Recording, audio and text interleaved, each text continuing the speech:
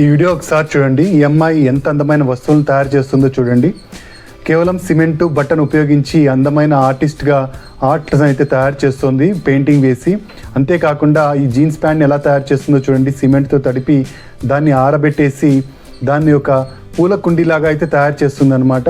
ఒక కుండీలాగా దాన్ని మలుస్తుంది, దానిలో మట్టి నింపి అలా అందంగా తయారు చేస్తుంది చూడండి. ఇంట్లో వేస్ట్గా ఉన్న వస్తువుల్ని ఈవిడ ఎంత అందంగా మారుస్తుందో.